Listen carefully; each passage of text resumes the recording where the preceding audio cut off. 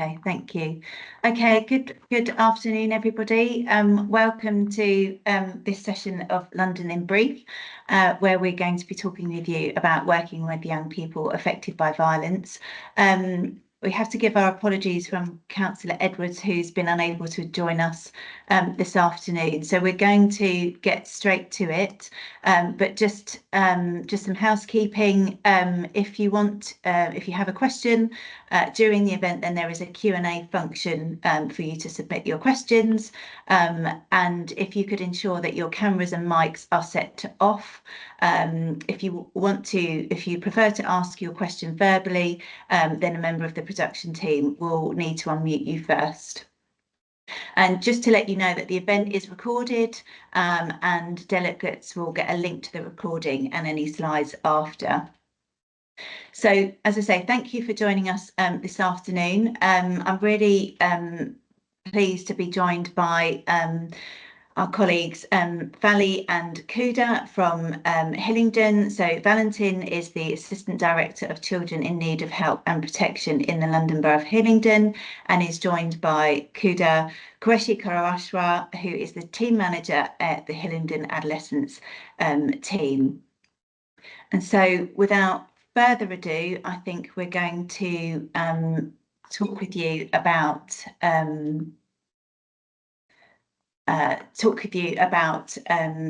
the Your Choice programme and the London Young People Study, which is currently running across London. So if you could put me on to the next slide, please. So this afternoon we're hoping to talk to you, give you an introduction to Your Choice, which is a promising, purposeful and positive programme which is making a real difference across London to practitioners and young people affected by violence. So I'm Carla, I'm a forensic psychologist and the practice lead here at LIA, so London's Innovation and Improvement Alliance. And as I say, I'm really delighted to be joined by our colleagues Vali and Kuda this afternoon. If you could take us to the next slide, please. So during today's session, we will provide a brief introduction to the Your Choice Violence Reduction Programme, and we'll be delighted to hand over to colleagues at the London Borough of Hillingdon who will share their reflections about how the programme is making a purposeful and positive difference to young people, their services and practitioners.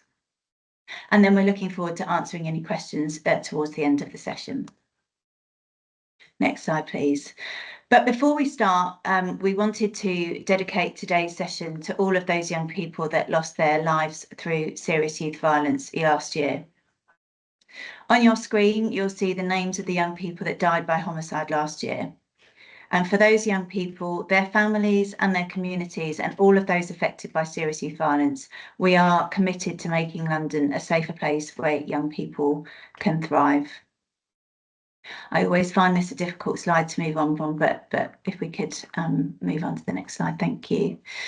And just, yeah, as I say, I find that a difficult slide to move on to, but I think it is a really very real and stark reminder of why this work is so important. So by way of introduction, Your Choice was developed by LIA for and with London's Children's Services. So for those of you that aren't familiar with LIA, London's Innovation and Improvement Alliance works on behalf of the Association of London's Directors of Children's Services, who set London-wide priorities that LIA supports. We've been described as the engine room of children's services and seek to innovate, promote learning, facilitate collaboration and share best practice across London. Next slide, please.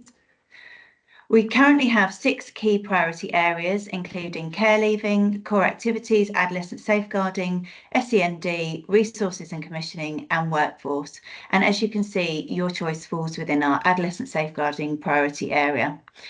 If you are interested in other areas of our work, then please do take a look at our website, which we will pop in the chat. It's www.lia.london. Next slide, please. So our adolescent safeguarding work is sponsored, headed up by Florence Kroll, who's the Director of Children's Services in London Borough of Greenwich. And as you can see, includes a number of innovative programmes which seek to promote and share innovative and impactful practice to improve safety for London's children. Next slide, please. So what is your choice? We know that those children most affected by violence are those most in need of therapeutic support, but least likely to get it. And that is what your choice aims to change. We do this by providing additional training and support to those frontline practitioners, those trusted adults who hold a really unique relationship with young people that would find difficulty in accessing clinical services. Next slide, please. So Role in Your Choice, which offers an actionable framework to support youth practitioners, so those people who are already working with or those whom we already have a statutory duty to work with because of their vulnerability or risks, to enable us to work therapeutically using tools and techniques from cognitive behavioural therapy to those most in need but least likely to access traditional therapeutic support. The framework is rooted in current best practice in adolescent safeguarding, adopting a public health approach, so working upstream, so dealing with the causes rather than the symptoms, and which will draw on and inform the evidence base for working in this way. So CBT has a really firm evidence base. It's one of the most tried and tested therapeutic approaches for dealing with a wide range of presenting problems, but we've also drawn upon a range of psychological theory, including developmental, trauma, neurological theory, and also best practice in relation to adolescent safeguarding in the design of the programme. The programme is rooted in London's multi-agency working practices, offering an approach to working with those young people who are most worrying and in need of a multi-agency response, without having to wait for the young person to get better or worse before being able to work in a therapeutic way. And ultimately, your choice provides an opportunity to upskill both practitioners and young people and their families alike, to take them on a journey of guided discovery to better understand and shape themselves in a way that aligns with their core values and more in accordance with acceptable behaviour within their communities. Next slide, please. Oh, and I think you need to click again. Oh, okay, it's not coming up. Go back. Apologies, it's missing the core ingredients. I don't know what's happened there. But so essentially your choice will look different in each area and for each young person. And that's because we wanted to provide a framework that was responsive to individual need. But within any Your Choice programme, there are a set of core guiding principles which should be demonstrated on your and the 3 key ingredients which should be demonstrated on your slide now. But you know, each of our programmes should be systemically informed and integrated with existing plans. So Your Choice is a 12 to 18 week programme, currently for those at medium to high risk of contextual harm, so harm outside of the home. It's a high intensity programme promoting 3 sessions a week. And that's because we need to ensure that young people have time to really try out, rehearse and embed new patterns of behaviour. So for example, if I want to get fit in the gym, I'm probably not going to achieve much if I go for 1 hour a day and I continue to sort of reach for the bag of Maltesers whenever I can. So working intensively really provides the opportunity to nurture new behaviours, those new pro-social neurological pathways, identities, behaviours and connections to others. So as Your Choice is underpinned by CBT, an integral part of the programme is helping the young person to understand themselves better. So what drives them, what motivates them, and building on this to really support them to overcome barriers that get in their way using CBT tools and techniques. And then the final ingredient is access to specialist training and clinical support for our Your Choice coaches. So providing access to specialist trained clinicians who are able to support them to embed their learning in practice, and whilst providing a space for them to reflect on what they're bringing and also what they're taking away from their work.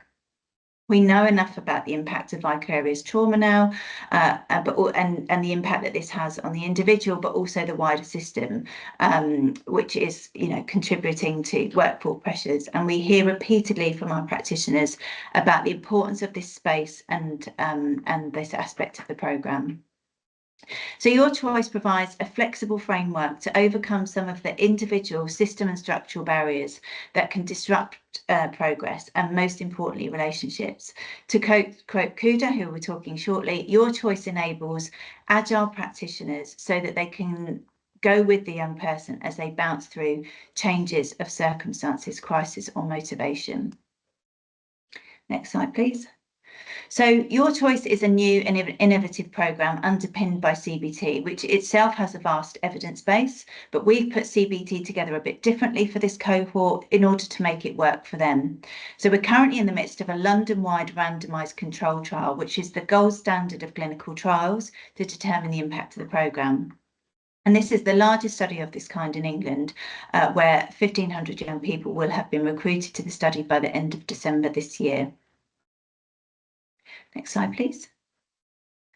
So whilst we have to wait the formal statistical findings of the research, the promise of the programme was evident in the pilot report, where reductions in conduct and peer relationships and hyperactivity were observed in young people engaged in the programme. And you'll see in the pilot report, young people expressing improvement in their mental health, feeling happier, more positive and purposeful. Enthusiasm in London continues to grow, with reports of citizen savings as clinical supervision supports professional networks to talk more comfortably about making decisions around risk and safety plans where a young person's own network has been activated through the programme. And we hear of missing episodes going right down, as you'll hear from our colleagues shortly. And young people are enjoying being part of the programme and starting to view themselves differently and feeling like other people are starting to see them differently too. We have young people who are feeling better able to manage themselves at home and in school, which has improved relationships and as I said, improved job satisfaction for practitioners too, who feel better skilled and supported in dealing with young people at the sharp end of things. I'm going to suggest, Sam, that we move directly on to Kuda and the team in the interest of time. So I'm really delighted to be joined by our colleagues in Hillingdon, who will be able to share with us some of their reflections about the Your Choice programme and the impact that this has had in Hillingdon. Thank you. Thank you, Carla, for providing the background to Your Choice program. And I'm also delighted to be joined by my Assistant Director, Valentin Danzu, to present our experiences from the front line and how Your Choice program is working. Next slide, please. So what we have done is we were really motivated to try and understand how the project is, or the program is, having an impact in our current working modality. So what we have done is we did review 33 cases that are from the randomized treatment group from the Hillingdon data workbook that we submitted to the London Innovation Alliance in August 2024. The purpose was to try to see whether there is any change or lack of it from the cases that we implemented. So what we did was to undertake an outcome audit on all the 33 cases. So you would see that we have recruited more children into the program than that, but we only focused on those children where we have treated or we have implemented the program. So that's why we looked at only 33 cases. In those cases, there are two things that we looked at. We looked at those cases from the pre-intervention status, that is the baseline intervention before we intervene. What was the status of the case, and what was the state of the case versus what was the state of the case at the time we reviewed. So it's baseline or precondition stage versus the post-intervention outcome. So if you can move to the next slide, please. So what we have gathered from all the 33 cases, it's a very small sample size. And what we have been observing are the trends in terms of what are we seeing moving forward from here. So what we have seen on those cases, we realized that there were 6 cases that we closed. We completed the program and we closed those cases. And from those cases, we looked at the time that we have closed the case. What was the average time from the time of closure, and has there been any re-referrals back into the service? The idea was to determine whether there was sustained change or not from these cases. So what we have noted is that the average period in time was 30 weeks since case closure, and there have been 0 re-referrals back into the system. And for us, that provides an indication that there is a case that Your Choice may be having an impact in terms of sustainability of change. It's a very small sample size, but it's quite encouraging to see. So none of the cases where we implemented Your Choice have been re-referred back into the system from the cases that we audited so far. Next slide, please. We also looked at the issue of residential placement cost, and I think that majority of us would agree that the local authorities are experiencing significant cost pressures, particularly on placement cost for children of this cohort. And I think this is buttressed by research that was undertaken by the RIS Center in 2022 through the Department of Education. We have seen also another research undertaken by the Markets and Competition Authority, research recently published highlighting similar issues. The Whatworks Center for Children in 2022, they undertook another research and they highlighted significant challenges around that issue. And in Hillingdon, we are not spared. We have been experiencing similar experiences as well. And that's why we have taken a specific focus on this cohort of children. So what we have done is we wanted to look at these cases, the 33 cases, and see whether Your Choice has had an impact, because we have been implementing there. So what we have seen is that there was a remarkable 54.5% of the children, that is 18 out of the 33 cases, were successfully prevented from entering care.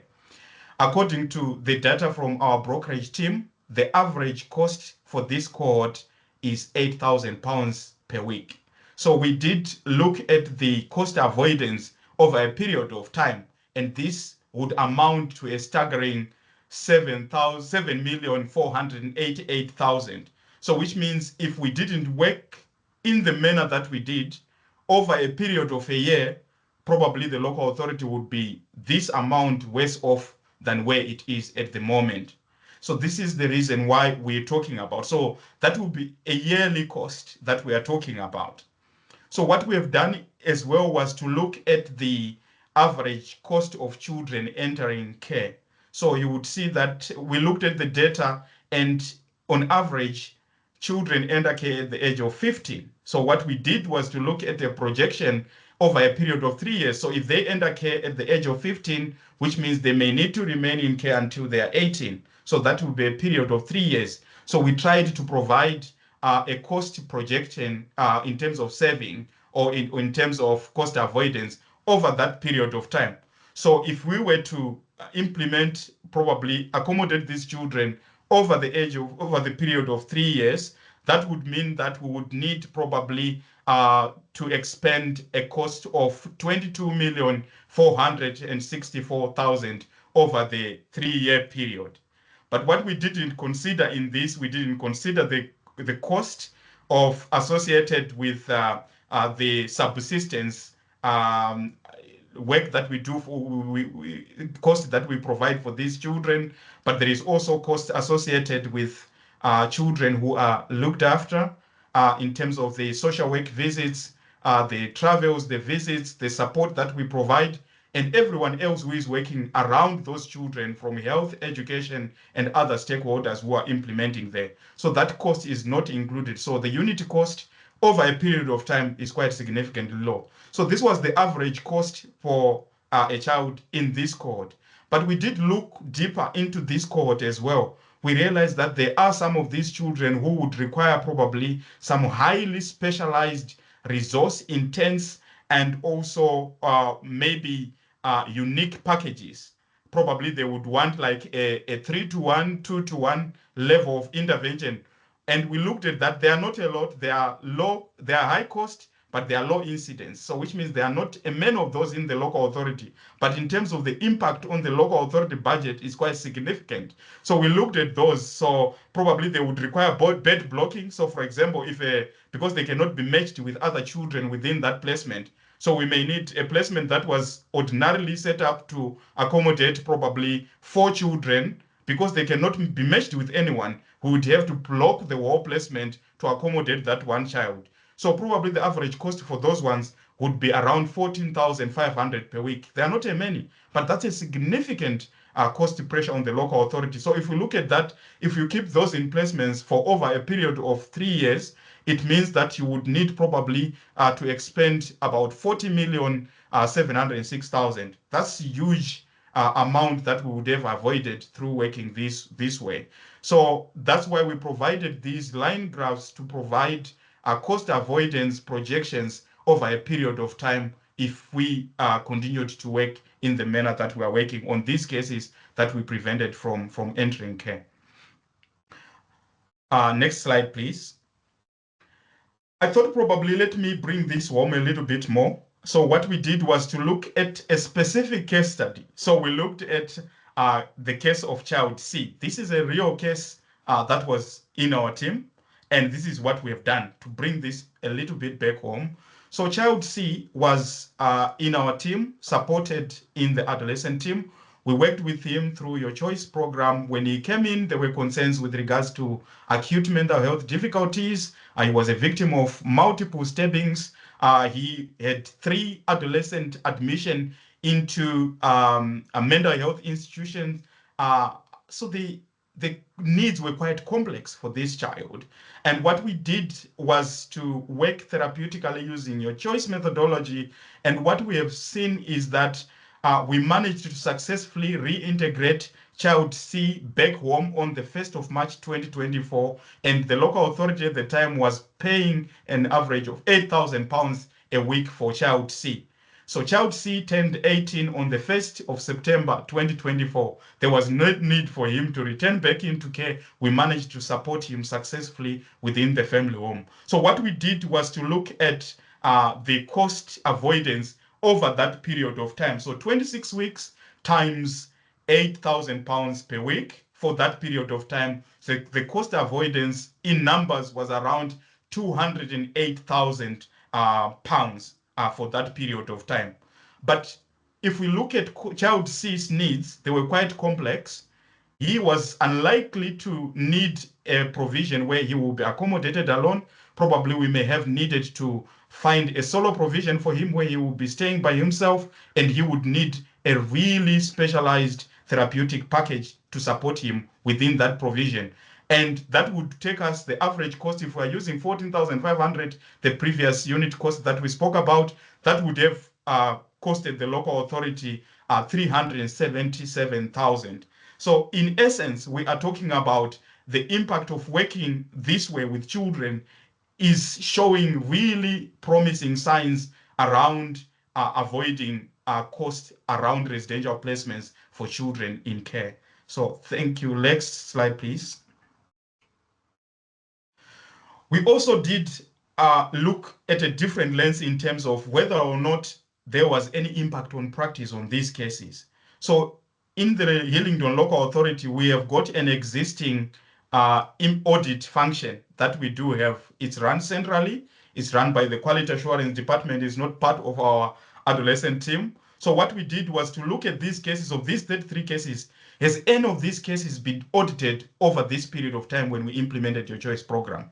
We identified that 15.1% of these children have been audited. They have been picked through the wider organization routine audit process. 80% of those audits were rated outstanding. That was 4 out of 5. And also 20%, which is 1 out of 5, required improvement. So what we are seeing is that Your Choice program, we can safely say that there is a potential that it is having impact on practice as well. Next slide, please. None of the cases were rated inadequate. None of the cases were rated good, but outstanding and requires improvement. We also did look at trend analysis around the missing behavior as well. So we looked at these cases, 42% of them, of the children in the December of 33, at baseline and pre-intervention stage, were categorized as persistent missing young person. The definition we used for this one was, have they been reported missing 3 times within 1 calendar month at the time when they were reported? So that's the criteria that we used to define as persistent missing in this category. We have seen that 79% showed evidence of significant reduction in missing, while 21% still display significant missing behavior. So I think it will be interesting to learn more if what is the impact of this. But what we are seeing in terms from a trend perspective, it is something that is indicative of a promising start to the program intervention. Next slide, please. We also did another trend analysis looking at serious youth violence, child criminal exploitation, and child sexual exploitation. So we just bundled it as exploitation rates. So what we looked at is on these 33 cases, we looked at 3 parameters. One, on these cases, is there any evidence of clear reduction of risk? Is there clear evidence of escalation of risk? Or there is no evidence to prove either escalation or reduction of risk? So that's what we looked on these 3 cases. So when we looked at these cases, 97% of all the children from this sample, that was 32 out of 33, were identified as being at a high risk of child criminal exploitation, child sexual exploitation, and serious youth violence. From that, we saw that 3%, which was 1 out of 33, were referred due to family breakdown, mental health, and emotional regulation challenges. So you can see that the majority came as a result of harms from outside the family home. From that cohort, what we looked at is 100% of them had no significant incidents notification made against them. So what is significant incident notification? We do significant incident notifications when a child is probably involved in a high-profile incident, for example, death, stabbing, or those kind of high-harm kind of events that we need to notify the senior managers to see if a learning review needs to be undertaken or not.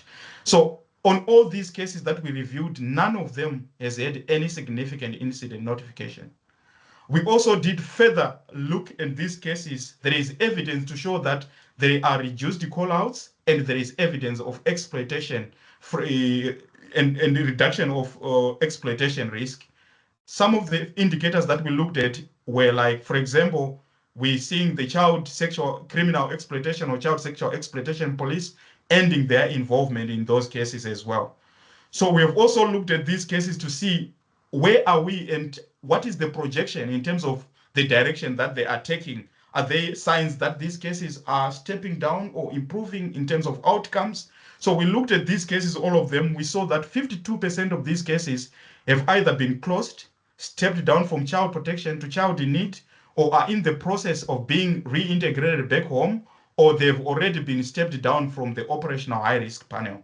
So which means we have stepped down them from the high-risk log. So 52% of these cases, they are showing those elements. So 78%, they are showing clear evidence of reduction of risk. 9%, there is a clear evidence of escalation of risk. And 13% have indicated that we do not have either evidence to prove either reduction or escalation of risk. But when we did a further look into those cases, we realized that it's because probably they are just the intervention is still at the embryonic stages. We're just starting the intervention. We haven't done much work on those cases. So that's why we have seen those ones. So that's what we have looked at in those cases. Next slide, please. Apart from the data, okay, I will come to the questions at the later stage as well. Apart from the data, we've been talking about data, but there are real people and individuals behind the data. What stories do we have behind the data? I thought I would present the case of Child C to you. So we have got a young person who we have implemented your choice. We sat down with the young person. He consented to be part of the program, and we did the goal setting, the value setting with the young person, and behavior activation, and all those activities that we have been implementing with him. He developed a fantastic relationship with his allocated social worker. But prior to that, he had a history of going missing. He had a history of offending behavior. He's been arrested for GBH. He was arrested for a stabbing, drug-related offenses. He was found with Class A and Class B drugs previously. So there were clear concerns around child criminal exploitation. He was also a victim of a kidnap. He was kidnapped for a period of time. And he was also concerned to be part of negative peer association as well. So that's what we have seen. Child criminal exploitation, that's CCE, serious youth violence, that is SYV, and also, is there any other abbreviation? GB is grievous bodily harm. So those were that was the situation before we got involved and before the intervention was put in place. Then we worked with him using your choice methodology. And where are we right now? We have got a young person who is a productive and useful and very helpful member of the society. He is a very helpful resident in Hillingdon. He is engaging in purposeful activities. He's training practitioners in a program called Walking in Your Shoes, where young people will talk about their experiences of being in care and being supported by social workers. And he has received fantastic feedback from the police in terms of how the journey has been walked. We have not seen any new offending incidents from him. No more missing episodes for a significant period of time, over 6 months now.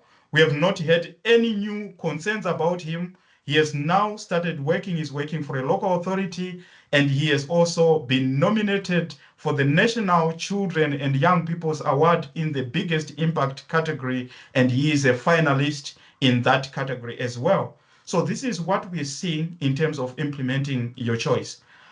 We have been reflecting with Valley in terms of moving forward. Where do we stand from here as we are seeing these emerging trends or evidence? Because we still have a research program that is going on to provide really robust evidence on whether this is working or not. But what we are seeing is quite encouraging.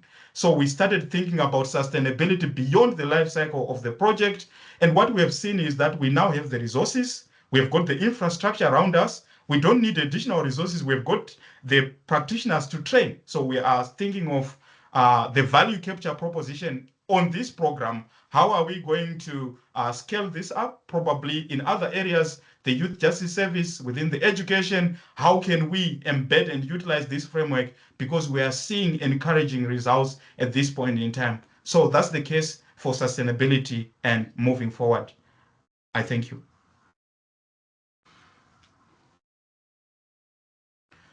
Then in terms of the impact of recruitment, retention, and attrition as well, I did note that we have managed to have 100% staffing in our team since the inception of the team. We only have one agents worker who we recruited.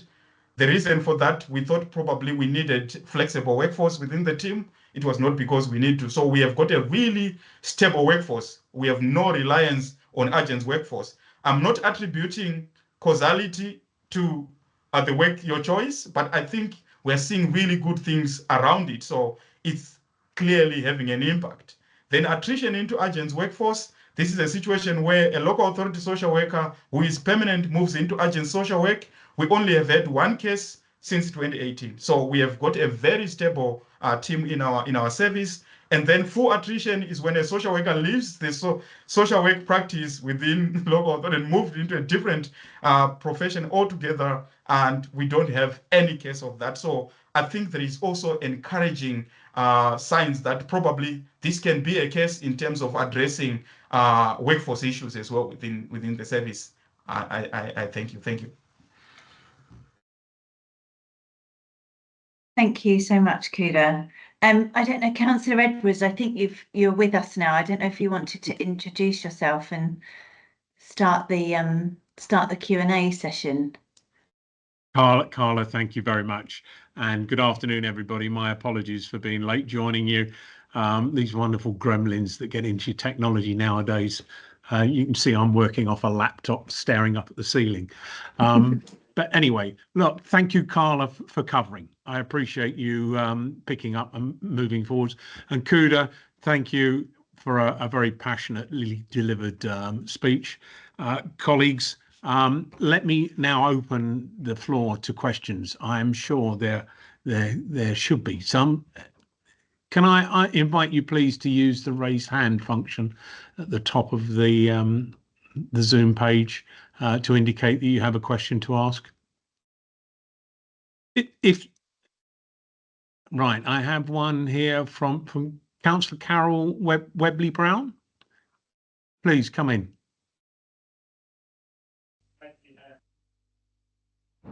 Yeah, oh, you can't see me, but don't worry, you can hear me, hopefully. Just about. Okay. Right, my question, well done on the work you're doing.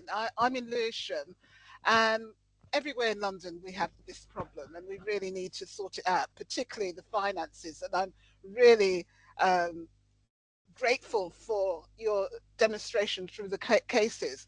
But my question is, the young people are so difficult to engage with. And once you get them to engage, then you can do something. And I think the way we've worked in the past is that if the young person will engage, we will work with you. But sometimes we have to go beyond that, I think.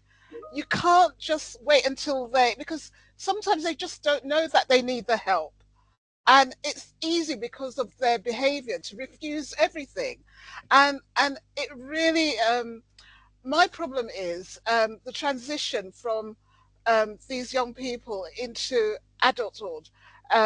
It's so clumsy and so fragmented, and so we treat them like children, but we need them to move on to become mature individuals. And what I find is once a young person has been exposed to murder, be it a family member or a cousin or whatever, they totally disengage from society, communities and whatever, because they're fearful that it will happen to them, and not just being fearful of it happening to them, but trying to prevent it. So they will still walk around with knives, still walk around with these things. And it's so difficult to change the mindset if you can never talk with them. Anyway, that's my thing. Thank you. Kuda, can I ask you very quickly then, how do you engage with those young people that are very difficult to engage with? What has been your learning from this? Thank you very much. I think that's a very, very powerful question. So what we do, relationship building with children and young persons is a transaction. So what you need to do is to make sure that you give to them so that you can get a return on investment. Relationship building, you get a return on investment on it. So in Hillingdon, what we have done is we developed the use of staff profiles. So the young people are given an opportunity to choose their own social workers. So through staff profiles, and that's the initial point. We try to find the hook or the connection that we spoke about in your choice program in terms of what are the things that are really important to them. So we go on to the value proposition that we're talking about, and that's the first thing. And number two is if we're doing statutory visits, for example, like Valley doesn't want us to use the word statutory visits. We don't do statutory visits, we do interventions. So if I do a statutory visit, it means I'm going to visit a child once a week, or once in 4 weeks, once in 3 weeks, if it is a child in need. You cannot develop a therapeutic alliance with a young person doing that. So what we need is to try and visit on a more frequent and regular basis. That's where your choice is coming in, because we are coming in to give these children and young people opportunities that are enough for them to engage with and develop a relationship with the social worker. So frequency of visits, our social workers have got kept caseloads. They're able to work intensively with children and young people, and that allows us to unlock that relational element with these children and young people as well. Thank you, Kuda. Could I bring in Anthony Malloy? Anthony.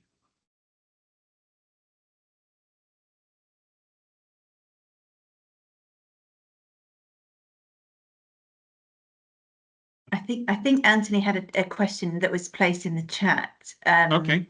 So I think it related to around the sort of the ethics around the RCT, around the clinical trial, and what sort of business as usual. So are you happy for me to take that, Councillor Edwards? Please, thank you. I think it's a great question, and it's something that we really battled with at the very outset of this. And for those of you that are familiar with the randomised control trial, you have essentially one group that will receive a treatment, so in this instance the Your Choice programme, and another group which will continue to receive business as usual, and then we compare the two groups to see what the differences are between the two groups. And we worked really closely with London, with our colleagues who have been supporting the design of the programme, and felt that discomfort around sort of a young person sort of being, put into, the decision about what outcome they have being placed in the hand of some random element. So anyway, we have actually done the RCT according to, they call it a step wedge randomisation control trial. So in the same way that if you're implementing a new sort of training programme or practice model, you would do that in a sort of staggered way. So we've essentially split the groups into two, so they have been randomised into those who have received practice. So we've randomised according to teams rather than at an individual child level, because we felt the discomfort around that too. So we've done it like you would roll out a sort of a new training programme. So some practitioners have been trained, others haven't yet been trained, but the intention is for them to then later receive the training. So that gives us an opportunity to have a look at the data between the two groups. And I think the other point that we've kind of really had to work through ourselves around the sort of ethics of the RCT is that essentially, we're talking about a really significant, serious issue, and we need to make sure that what we're doing when we're intervening is the right thing for the right people at the right time. And so sort of ethically, we have a duty to really make sure that we are informing the evidence base, and we're informing the evidence base with the young people that these services are designed to support. CBT as a tool is very well evidenced, but it does not represent, the evidence base currently isn't representative of the young people that we're most concerned about. So we really feel like we have a duty to inform the evidence base, making sure that it's representative of the young people that we're most concerned about. Thank you, Carla. I have a question here from Natasha Enin. Natasha.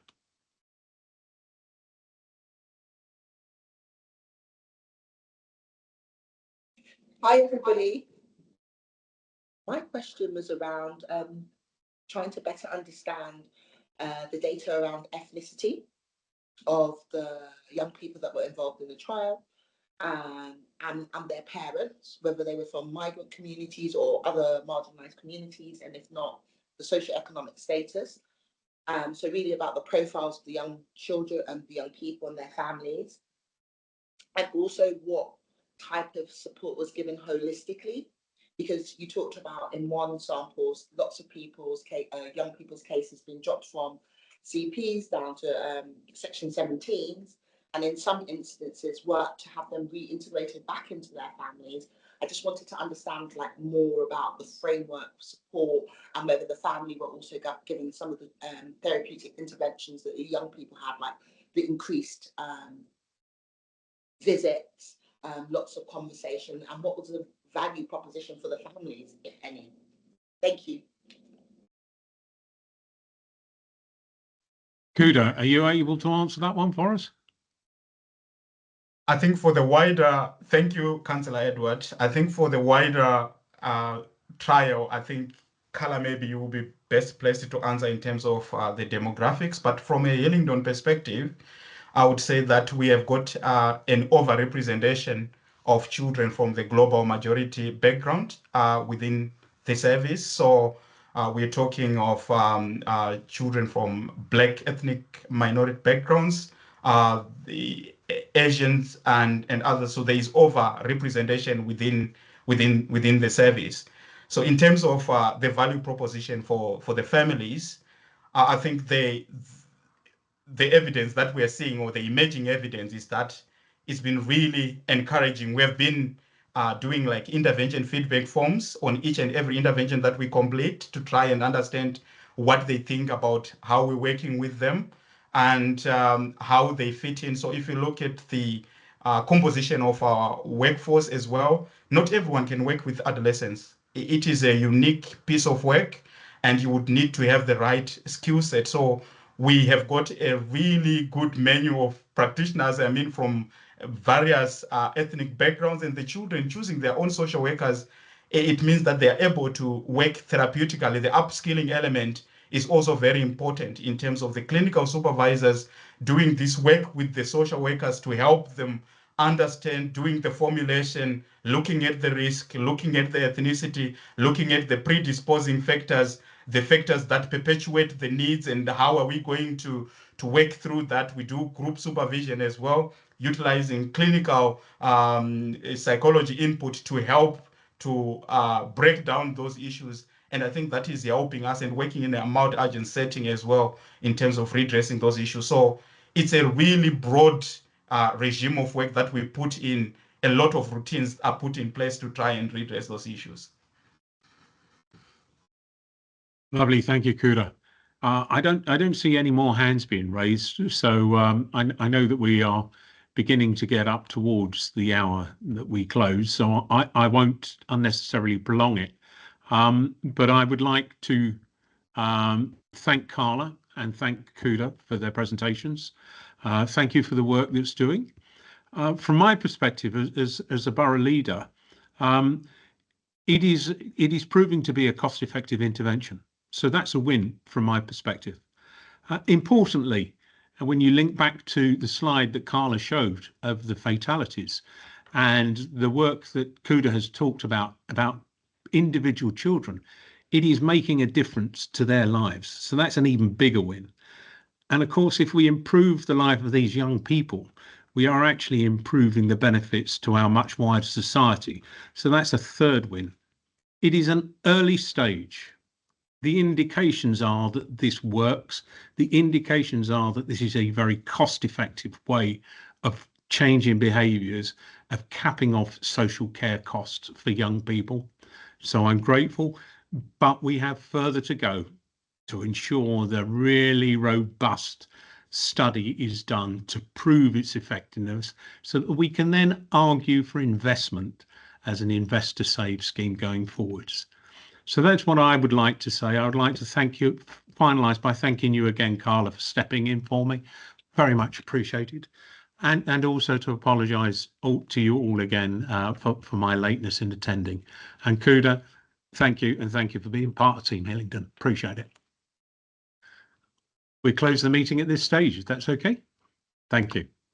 Thank you.